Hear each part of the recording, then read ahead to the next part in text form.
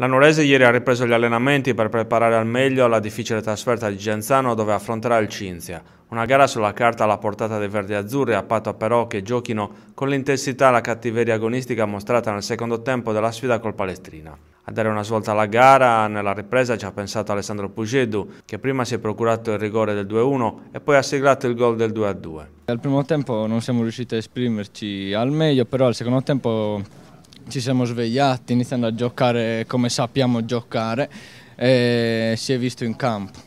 Abbiamo fatto il primo gol di rigore, poi io e poi il terzo Bossa. Come abbiamo iniziato a giocare si è visto che sappiamo giocare bene al calcio. Abbiamo imposto il nostro gioco al secondo tempo, invece al primo eravamo molto addormentati. Dove può arrivare questa Nuorese? Siete in piena corsa per i playoff, l'obiettivo è quello di continuare così? Sì, continuare così, però noi rimaniamo con i piedi per terra e pensiamo già a domenica. Una gara complicata, quella del Cinzia, poi ne avrete due in casa. Sì, però bisogna pensare domenica dopo domenica, però la Nuorese può arrivare veramente in alto. Personalmente soddisfatto di questa prestazione, insomma, nel secondo tempo insomma, hai spaccato la partita. Sì, aspettavo il gol dopo tanto e finalmente è arrivato, dai, però sono contento anche per la squadra.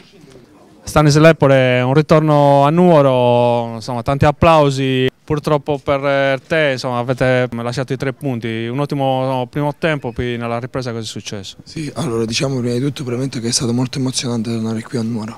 Dopo 4 mesi che ero andato via, sono stato accolto con un applauso che mi ha fatto veramente commuovere.